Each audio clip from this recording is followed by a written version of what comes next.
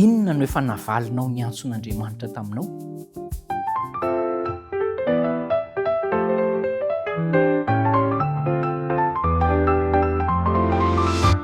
Saotra atolotra ao an'Andriamanitra, ara-baina ianao ary andao isika hifaly satria mbola manana fotoana ahafahana miaraka indray ao anatin'ny fandalinana ny soratra masina hifampahirezana.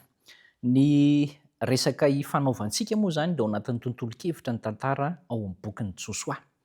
Tsy haivona kely ihany izay satria hiresaka indray isika momba ny fanavaozana fanoloran-tena ary ity fanavaozana fanoloran-tena ity dia antso atao avy amin'ny alalan'Andriamanitra no mpaniraka ary isika olombelona kosa no asaina manao antso ho antsika olombelona samy isika olombelona.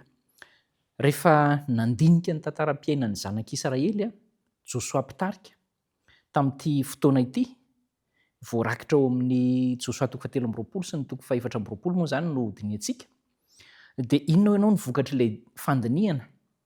Nahita i Josoa izany fa tena misy foana ny fiverimberenan'ny tsy fankatoavana, misy foana tsy finoana, misy foana tsy fahatokiana ary miteraka monomonina ireo, misy foana fisalasalana teo amin'ireo zanak'Israely. Natamberiny Josoa teo amin'ny fampahirezana nataony izany sy ny antso nataony, ireny tantara ireny, indrindra ny fiarovan'Andriamanitra sy ny fahasoavan'Andriamanitra, nahatonga ny hoe tanteraka ireo zava-tsoa izay efa nampilazain'Andriamanitra sy izay hoe nahatonga ny fahatanterahany ihany koa an'ireo famaizana rehefa nisy ny fimonomononana sy ny zavatra tsy fisalasalana sy ny tsy finoana avy amin'ny zanak'Israely.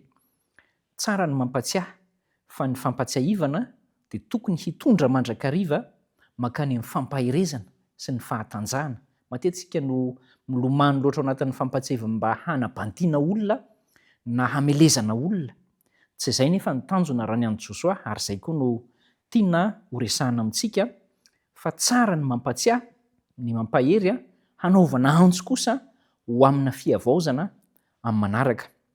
Nitoy tamin'ny fanaovan'i Josoa antso moa izay, fantatsika ny antso nataon'i Josoa, ilay malaza indrindra raha tenenina fotsiny dia ilay hoe fara izao sy ny ankonako dia hanompo an'i Jehovah izahay. Fa izao ny antso nataon'i Josoa dia tsy indray mandeha. Raha teo ampampahirezana ny vahoaka izy nanao antso inefatra be izao Josoa, antso inefatra hoe efa manaiky an'Andriamanitra, manaiky ny herin'Andriamanitra ve ny vahoaka. Izay no nahatonga an'i Josoa nilaza fa izy sy ny ankonany dia ny hanompo an'i Jehovah no tena vaindondrarahany ary zava-dehibe. Inona ny anton'ilay antso? Dia mba hamerenana amin'ny olona fa tsara Jehovah ary tena tsara Jehovah fa tsy hoe tenitenenina mahazatra fotsiny. Ary tsy izay ihany ilay izy fa hoe amin'ny mahatsara azy dia azo antoka ihany koa izay teny fikasana rehetra efa nitenenina, efa niteny Jehovah fa andovan'ny tany ianareo, tanteraka tokoa izany. Ary ao anatin'ny fahatanterahany aza dia vetivety dia efa variana ao anatin'ilay zava-baovao nomen'Andriamanitra sady ny zanak'Israely hany ka saika hadino hatramin'ny andraikitra mbola miandry azy ireo. Fantatry Josoa nefa ao anatin'izay fa mivadibadika koa ny reto vahoaka reto. Josoa moa ao anatin'ny atao hoe ny vahoaka Israely, fa Josoa no nitendren'Andriamanitra hanohy ny fitarihanan'i Israely. Tsy miteny akory fa tsy nanana fahotana Josoa, fa izy kosa dia efa naneho mazava ny safidiny fa ny hanompo an'i Jehovah izy sy ny ankonany izay no safidiny.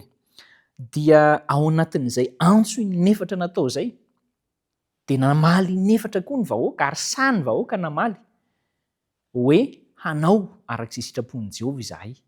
Matetika isika no rehefa mandray antso na mihaino antso amin'ny antsoina izany isika hanao zavatra anankiray na hiova ho amina toe-tsaina dia manaiky aloha no valiteny asirintsika eny marina izany.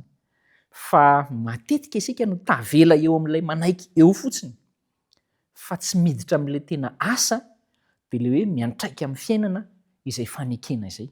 Ary izay no tadiavin'Andriamanitra tamin'ny alalan'i Josoa namerimberina an'izay antso izay inefatra, te izany fanapa-kevitry ny olona hoe tena efa mitoky amin'i Jehovah marina ny olona sa tsy mbola mitoky amin'i Jehovah. Misy lafiny efatra tsy maintsy fantarina eto amin'ny fandraisana fanapa-kevitra. Voalohany ampirisihana izany ny asa, ilay asa ataonao mihitsy hoe manao asa inona ianao rehefa mandray fanapa-kevitra. Ny faharoa zany ny fisainanao. Nisy zavatra namboarina voaova ve tao amin'ny fisainana tamin'ny alalan'ilay antso izay nisy fampahirizana teo alohany.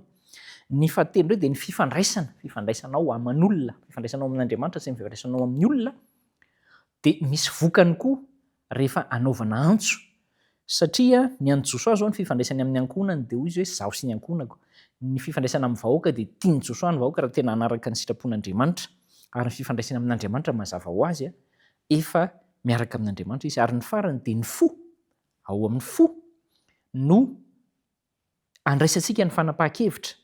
Ary io ilay voalaza fa ny fo dia mamitaka.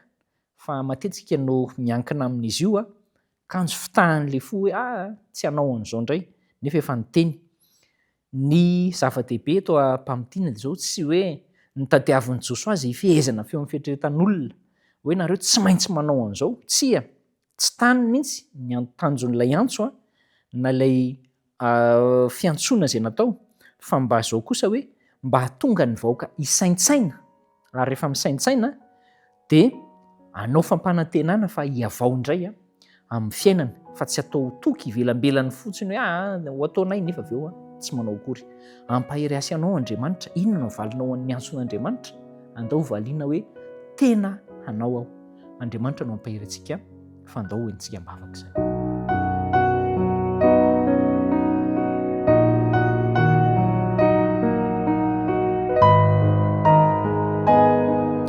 Misaotra Tompo fa ianao tokoa no naneho tamin'ny alalan'i Josoa mpanomponao ny safidy tsara na ratsy izay ho raisina. Ary Josoa mpanomponao kosa dia efa nanome ohatra tsara fa hanompo an'i Jehova. Izahay koa mbola anontaniana ankehitriny hoe inona no havalinay an'izany antso izany. Ampio izay tsy hisalasala na hiandrela fa ny hanompo an'i Jehova tokoa no sitrakay.